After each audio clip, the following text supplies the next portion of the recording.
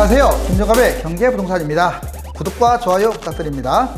미중 무역 전쟁에 한미 금리 인하, 한일 경제 전쟁이 한꺼번에 터지면서 코스피는 1950선까지 허무하게 대폭락하고 원달러 환율은 1215원까지 가파르게 치솟고 있습니다.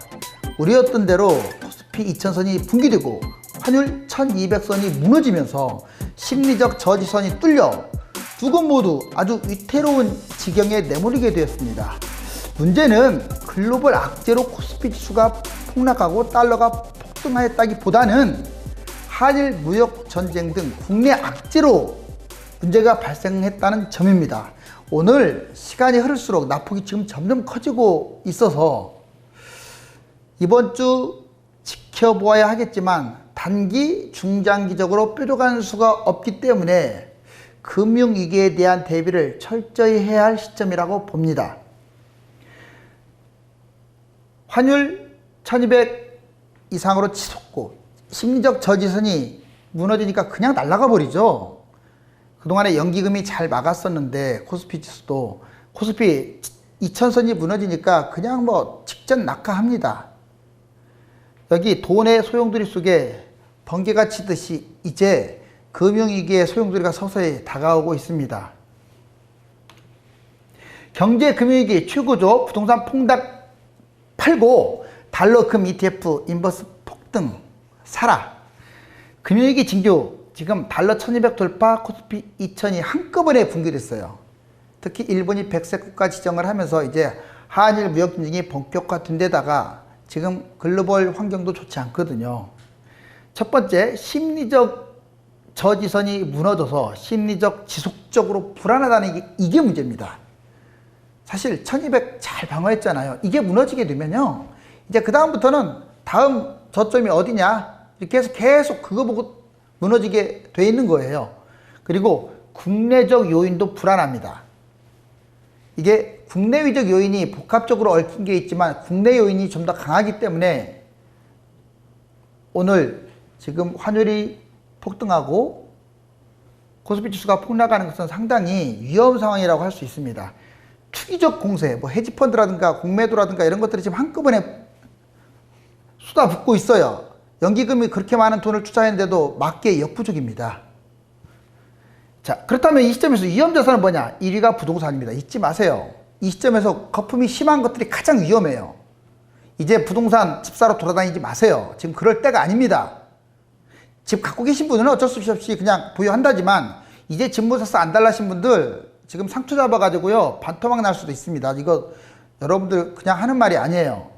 위험 2위, 특히 펀드 드신 분들 있죠. 레버리지, 이제 주가가 오르면 그거 드는 분들 이거 정말 조심하세요. 왜냐면 그냥 단순하게 조정장에서 이렇게 바닥이면 지금 사야죠. 레버리지로. 그쵸? 올라가는 주식에 사야 하는데 지금 그럴 때가 아니에요. 금융위기가 터지느냐 마느냐 그런 시점이에요. 그렇기 때문에 레버리지 이거 위험합니다. 세 번째, 주식, 개별 주식 갖고 있는 분들 손절매 하든지 좀 털어냈으면 좋겠습니다. 그 다음에 안전, 1위는 달러나 금입니다. 제가 노래 불렀잖아요. 달러 금이 계속 치솟고 올라간다고. 지금 예상외로 너무 가파르게 상승해서 저도 어안이 벙벙한데, 자, 그 다음에 안전이, 뭐 안전이라기보다는 투자 수익의 어떤 접근, ETF 펀드에서 인버스, 이제 주가가 하락하면 투자하는 거 있죠. 이걸 갖다 곱하기 2까지는 아니래도 이제 인버스에 뭐 들어가도 된다고 저는 생각합니다. 안전 3위, 원화입니다. 우리나라 돈 가볍게 보지 마세요. 그래도 안전 자산입니다. 이 위에 것들보다 훨씬 안전한 게 우리나라 돈이에요. 근데 사람들이 거꾸로 생각하더라고요. 현금은 불안하고 뭔가 있어야 그게 들 빠지는 줄 알고. 금융위기 터지면 현금이 최고입니다. 원달러 환율 추이. 지금 여기 보시면 어떤 스토리가 있잖아요. 일본 반도체 1158, 여기 미 연준 금리 인상, 금리 인하 1188까지 갔다가, 자, 일본 화이트리스트 국가 어떤 제외 결정하니까 1200선, 지금은 이제 1215예요. 갑자기 15포인트나 뛴 거예요. 지금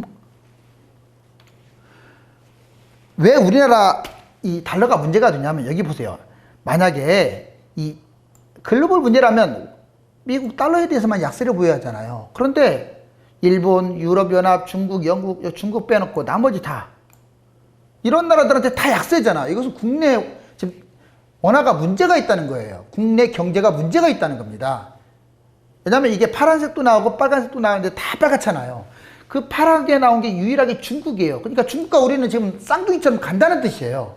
중국도 우리나라 못지않게 오늘 많이 폭락했는데 일본도 많이 떨어졌지만 상대적으로 엔화는 좀 국제적으로 영향이 있기 때문에 좀 안전 자산이고 위안화는 그렇지 못하다 보니까 지금 위안화만 파란색이 나와 있습니다. 이처럼 지금 환율이 다른 나라 이 원화가 다른 나라 환율에 비해서 다 가치가 하락했다는 게 상당히 큰 문제예요.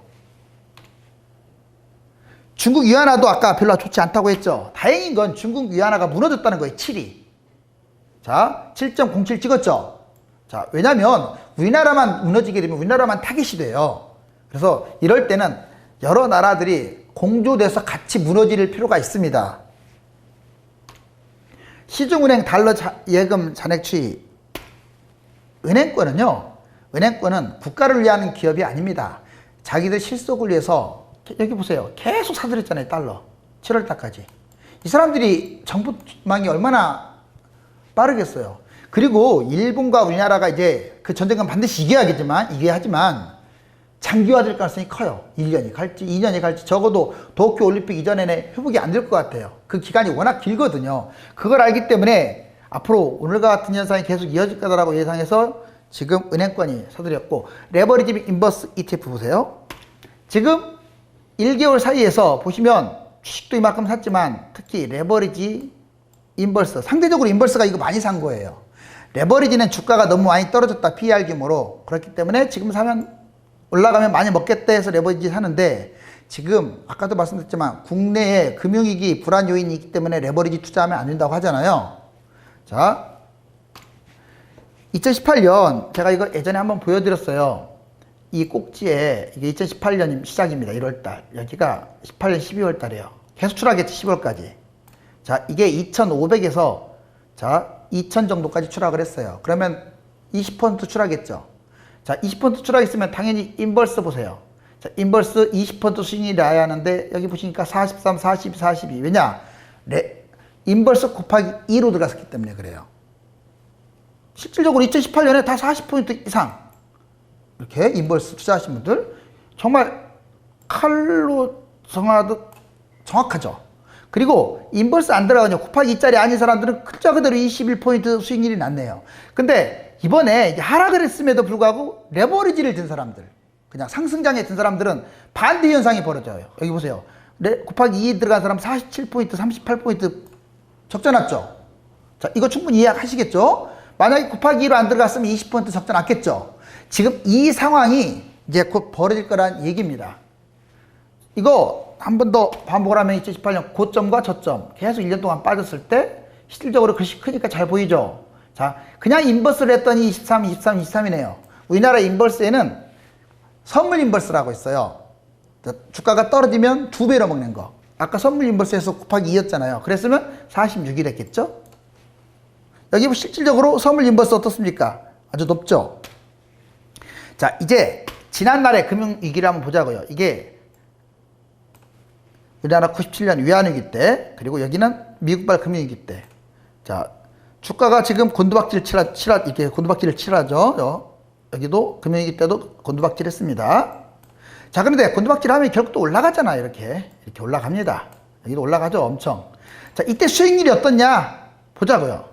여기 지금 대략 2,000 조금 넘었던 게 900대까지 무너졌거든요. 거의 반절 이상이 무너졌는데, 이때 실질적으로 보시면 무려 레버리지 든 사람들은 262. 자, 인버스 곱하기 2는 262. 엄청나죠? 그냥 일반적인 걸 들어도 거의 더블은 먹었어요. 100포인트. 코스피 PER 규모. 우리가 기대할 거는 이겁니다. 우리나라 정말로 PER 규모가 낮아요. 솔직히 말씀드리면 우리나라 지정학적 리스크만 없다면 지금 현재 코스피 지수는 2,000이 아니라 3,400, 거의 4,600에도 할 말이 없는 거예요. 그래야 하는데 지금 2,000에서 아직도 여기 보세요. 자, 위안위기 때 그때하고 비슷해요. 지금 PER 규모가. 그러니까 이게 저평가됐는데 그 저평가하고 똑같다는 거예요. 지금이 정말 저평가됐죠. 근데 이거에 의지하다 보면 지금 우리가 레버리지를 잡는 게 맞아요. 너무 많이 떨어졌으니까 코스피가. 근데 레버리지를 잡았을 때 금융위기가 터져버리면 망한다는 거예요. 충분히 그럴 소지도 있고, 뭐 금융위기가 안 터지더라도 이게 지금 장기화될 가능성이 커요. 금융 불안이. 제 말 이해 가셨죠? 근데 어찌됐거나 코스피는 이처럼 PR 규모가 낮아요. 이거 정말 심각합니다. 그래서 부동산이 위험하다는 거예요. 부동산은 이거에 비해서 이렇게 코스피 지수 잣대를 PR을 적용시키면 4배입니다. 거품이 4배. 이제 코스피 주체별 매수 현황. 여기 보시면 실질적으로 외국인들 보세요. 지난주까지만 해도 좋았어요. 계속 매수했잖아요. 줄어들긴 했지만. 근데 문제는 8월달 들어서면서요. 4천억 지금 순매도 됐어요. 이틀 만에. 오늘 아마 외국인이 모르긴 해도 엄청 수다 냈겠죠? 자, 그러니까 지금 급락하는 거예요. 지금 지난주까지만 보면 외국인 지금 동향이 중요하거든요. 근데 이제는 팔고, 아까 4천억이라고 얘기했잖아요. 팔고 지금 우리나라를 떠나버릴까봐 그게 조금 불안한 요인이긴 합니다. 코스피 환율 긍정과 부정적 측면 한번 간단하게 정리해 볼게요. 이 파란색은 긍정적인 측면이고 빨간색은 부정적인 측면입니다. 금요일기 당시 주가 순자산 비율 아까 PBR이라고 했잖아요. 코스피 저점은 0.85였는데 현재 0.86배로 똑같아요. 얼마나 낮은지 알겠죠? 그러니까 제 값을 못 받고 있다는 거예요. 코스피가 지금. 그건 좋은 현상이에요. 미중과 한일 경제 전쟁, 자국 이익, 이게 아마 화해 둘 것이다. 결국은 자국의 이익이 바탕을 둬서. 그래서 좋게 보고요. 국가 간 통화 스와프라고 우리가 체결했잖아요. 옛날처럼 허무하게 그냥 무너지는 게 아니에요. 통화 스와프의 위력을 발휘할 것이다. 그래서 안장 찾을 것이다. 그렇기 때문에 인덱스 투자해야 하고 상승장 투자하는 거 너무 많이 빠졌으니까 부동산에 투자해라. 이게 바로 낙관론적인 입장이고요. 현재 코스피는 1900 바닥, 환율, 코스피는 1900이 바닥이다. 1900 오늘 50인데 떨어져봤자 1900에서 끝날 것이다. 환율은 1250이 바닥이다. 결국 1100대로 다시 또 이제 제자리를 찾을 것이다. 이게 낙관론이에요. 그러면 비관론 한번 볼까요? 코스피 환율에 대해서. 코스피는 무슨 소리 하느냐? 바닥이 1000이다. 1000 밑으로 추락할 수도 있다. 한마디로 금융위기가 터진다 이 말이에요. 환율 바닥도 없다. 1800까지 치고 올라갈 수 있다. 자, 한국의 문제가 아니라 글로벌 문제가 다 얽혀있기 때문에 문제다. 첫 번째. 두 번째, 한중일 3국의 부채가 지나치게 높고 미중 한일 경제전쟁이 이렇게 세트로 계속 진행되고 있다. 일본 올림픽 후에 또 문제가 될 거고, 그 다음에 미국 대선 이게 또 문제가 될 거고, 중국은 공산당 100주년 기념 아주 엄청난 행사거든요. 이게 문제가 될 것이기 때문에 부정적인 요인이 훨씬 많다. 결국 코스피는 금융위기가 터지거나 터지지 않더라도 인버스 달러 금 투자로 대처하는 게 가장 안전하다. 이해되셨죠? 금융위기와 부동산. 자, 이게 부동산을 제가 보여드린 이유가 있어요. 2014년 대비 지금 더블 올랐다고 제가 중위권 강의 얘기했잖아요. 4억 6천짜리가 8억 4천. 자, 이게 만약에 금융위기가 터지든 또는 코스피 지수가 가라앉든 딱 이 정도 선을 그을게요. 자, 무조건 6억 밑으로는 추락합니다. 만약 금융위기가 터진다면 5억이라고 봐야 돼요. 4억이나 5억. 금융위기가 터진다면 이 선율이 줄 거예요. 아마 4억대. 이건 금융위기고, 이건 그냥 불안 요인만으로도 8억대가 6억대 아래로 추락할 수 있습니다. 제 생각은 얘가 아무리 지금은 부동산이 따로 논다고 하지만 절대 부동산은 따로 놀 수가 없어요. 이건 지금 얼마나 심각한 문제인데요. 그렇기 때문에 제가 아까 집 매수하려고 하시는 분들 올스톱 하시라고 한 거예요. 집 갖고 있는 분들 그냥 뭐 팔까 말까 고민하는 분들은 던져버리는 게 더 좋아요. 왜? 부동산을 왜 잡습니까? 금융불안이 터지면 펀드가 훨씬 낫죠. 자, 올해 대기업들 부동산 계속 매도하고 있는 거 아시죠? 이 사람들이 바보입니까? 부동산을 매도하게. 삼성 보세요. 현대 다 지금 매도하고 있어요. 왜? 금융위기에 대비한 것도 있을 거예요. 아마 거기에는. 그 다음에 뭐 미중, 한일, 무역 전쟁에 대해서 지금 현금이 필요한 시점이라는 걸 직감적으로 아는 거예요. 막말로 주가가 많이 떨어진 다음에 주가를 잡아도 돈을 벌잖아요. 한중일 가계부채만 제가 따로 뽑아봤어요. 우리나라가 파란색인데 가계부채가 이미 100 언저리입니다. 지금 일본하고 중국에 비해서 압도적으로 높아요. 지금도 가계부채는 계속 늘어나고 있어요. 아직도 정신 못 차렸어요. 자, 집에 눈이 멀어가지고 지금 금융위기가 터지는지 나라가 어떻게 되는지 그냥 집값은 폭락하지 않는다. 지금 2배, 3배 집값 뛴 줄도 모르고 부동산 사장님의 귀에 쏠깃해서 자, 한미 기준금리 볼까요? 얼마 전에 기준금리 우리나라가 먼저 인하했잖아요. 이렇게 0.25% 인하했습니다. 마찬가지로 2.0에서 2.25%로 미 연준이 인하를 했습니다. 이것도 지금 주가가 빠지는 요인이에요. 코스피 환율 금투자 핵심 정리를 한번 해보면 코스피 시장에서 6월과 7월 2달 연속 순매수했던 외국인은 자, 여기 보세요. 1일, 2일, 이틀 동안 4,300원어치가량 대량 처분했습니다. 어마어마한 정말 양이죠. 코스피 2000분기 환율 1200 돌파는 동시에 한꺼번에 터졌다는 악재가 심리적으로 문제가 된다는 거예요. 역시 오늘 심리적으로 저지선이 무너지니까 그냥 붕괴돼 버리잖아요. 두 번째, 한은이 지난달 기준금리를 전격 인하하며 경기 부양 기조로 돌아섰지만 완화 약세 흐름이 멎지 않을 경우 추가 금리 인하 카드를 꺼내기가 쉽지 않다. 이렇게 계속 지금 환율이 급등하게 되면 이제 또 한 차례 예정됐던 금리 인하 이건 물 건너 간 겁니다. 금융위기가 없다는 조건하에 ETF, 인버스 투자, 달러 투자, 금 투자 등은 고점이라 타이밍이 늦었습니다. 맞아요. 금융위기만 지금 발생하지 않는다면 늦었어요. 너무 많이 떨어졌잖아요. 지금. 그래서 떨어지는 걸 잡는 건 조금 위험한데 문제는 반대로 금융위기 가능성도 있고 미중 무역전쟁, 한일 경제전쟁이 장기화될 가능성이 크기 때문에 지금 매수해도 괜찮다. 물론 여러분들의 책임하에 이제 매수를 하는 건데 이제 매수해 이게 갑자기 폭등하고 이러지는 않을 것 같아요. 널뛰기 좀 하다가 결국은 내가 산 가격보다 더 좋은 상황에서 팔면 되는 거니까 저는 인버스 펀드 지금 매수해도 괜찮다. 금 투자 70% 정도가 금기와 코인 여기에 투자합니다. 그런데 금융상품을 통한 간접 투자 방식이고요. 일부가 가장 손쉬운 방법으로 금 관련 상장지수 펀드에 가입하는 거예요. 그리고 또는 ETN, 상장지수 증권. 금을 직접 사는 방법도 있지만 이렇게 ETF, ETN 이렇게 해서 매수하는 방법도 있습니다. 하지만 환율 리스크는 조심하세요. 금융불안이 장기화되거나 금융위기가 발발하면 부동산은 가장 큰 타격을 받을 수 있습니다. 왜? 거품이 심하니까. 특히 가격이 높거나 상승폭이 큰 강남, 서울, 과천, 대대광, 대구, 대전, 광주 이런 곳들이 위험합니다.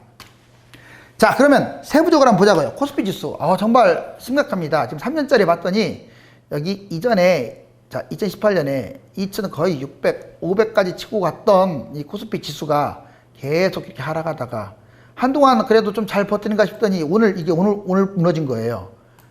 1950.87. 아마 시간이 흐를수록 좀 더 무너질 것 같아요. 정말 어제도 폭락했잖아요. 저기 금요일 날도. 그런데 오늘 또 2.37. 자, 그러면 이제 10년짜리 보자고요. 그 다음에 얘가 무너지면 어디까지 무너지느냐. 여기 선을 쭉 이어봤더니 대략 1850선이 됩니다. 그러니까 1800이 무너지면 이건 더 큰 위기지만 1850이 저지선이고요. 그 다음 무너지면 이제 1600대로 그냥 바닥이 어딘지 몰라요. 유일한 희망은 여기 지금 등락하고 있는 이 선의 1800선이에요. 1850선. 환율 한번 볼까요? 자, 환율. 먼저 1년짜리를 봤더니 얼마 전에 여기 제가 얘기하면서 이 고점 여기 이 얘기를 많이 했잖아요. 결국 여기서 계속 지금 이 밑에서 놀았었어요. 1950이잖아요. 그런데 금요일날 1200을 찍더니 단 하루 만에 그냥 15가 날아가서 1.24포인트 폭등하게 됩니다. 자, 더 중요한 것은 이제 10년짜리 보세요. 10년째 좋아요. 이미 올라간 건 어쩔 수 없습니다. 1215면 그 다음 선은 어디냐? 여기에요. 1200 한 20, 30 정도 돼요. 여기 돌파되면 위험합니다. 진짜로. 1220, 30. 그러면 이제 여기 이제 1270 돌파하고 그 다음부터는 여기가 금융위기 때 계속 내려왔던 점이거든요. 그럼 이제 위가 없는 거예요. 이제 뭐 1300이 될지 1400이 될지 지금 순식간에 금융위기는요 소문 없이 오는 경우도 많거든요. 그렇기 때문에 우리가 신중해야 합니다. 그리고 금 투자 분석.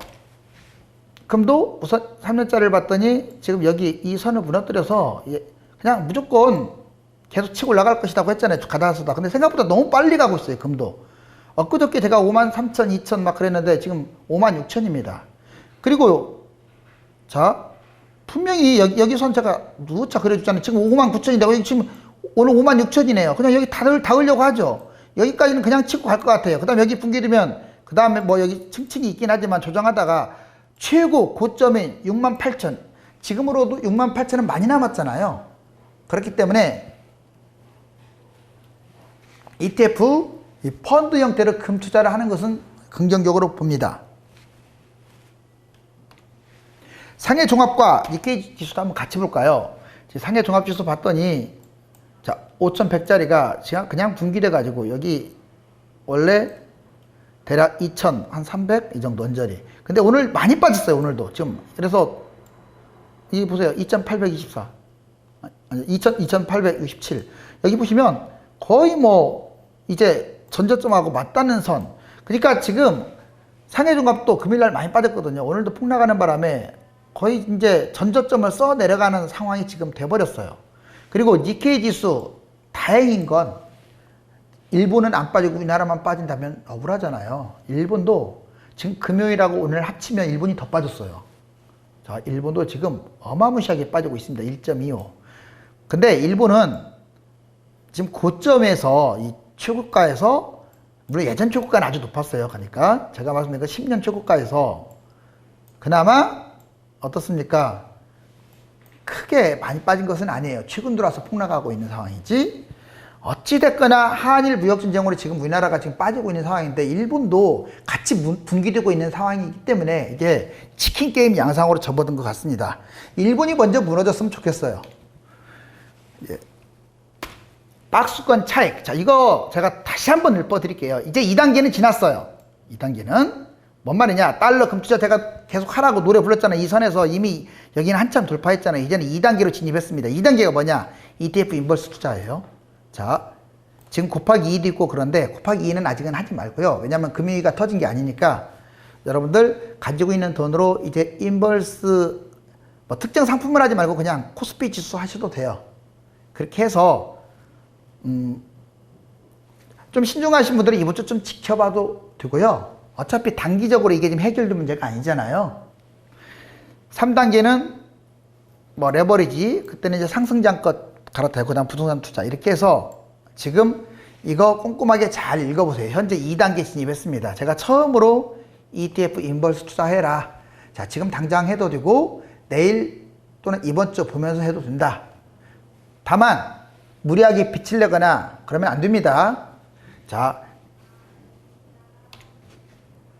경제금융위기 최고죠. 부동산 폭락 팔고 달러 금 ETF 인버스 폭등 사라.